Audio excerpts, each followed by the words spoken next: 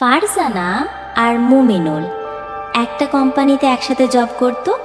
ফারজানার বাসা পীরগাছা আর মুমিনুলের বাসা লালমনিরহাট বড় বাড়িতে। দুজন ভিন্ন জায়গা থেকে এসেও তাদের মধ্যে ভালোবাসা তৈরি হলো। এটা সত্যি খুব মিষ্টি একটা ব্যাপার। পীরগাছা আর লালমনিরহাট বড় বাড়ি থেকে এসে ঢাকায় একসাথে কাজ করতে করতে তাদের পরিচয় হয়, আর সেই পরিচয় থেকে প্রেম।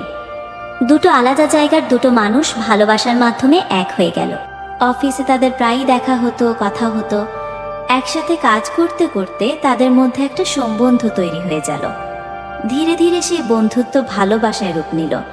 তারা বুঝতে পারল যে তারা একে অপরকে ভালোবাসে। এরপর তারা দুজন মিলে সিদ্ধান্ত নিল যে তারা বিয়ে করবে। তাদের পরিবারও তাদের ভালোবাসাকে মেনে নিল। এরপর খুব সুন্দর করে তাদের বিয়ে হলো। বিয়ের পর তারা অনেক জায়গায় ঘুরতে গিয়েছিল। প্রথমে তারা দার্জিলিং গিয়েছিল। পাহাড়ের সেই ঠান্ডা আবহাওয়া আর মেঘের ভেতরে দৃশ্য তাদের খুব ভালো লেগেছিল। এরপর তারা সুন্দরবন ঘুরতে গিয়েছিল। সেখানে তারা ম্যানগ্রোভ ফরেস্ট আর বন্যপ্রাণী দেখেছিল।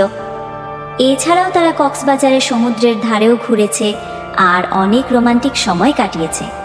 তাদের ঘোরার স্মৃতিগুলো এখনো তাদের মনে আছে, আর তারা অনেক উপভোগ করেছিল সেই সময়গুলো।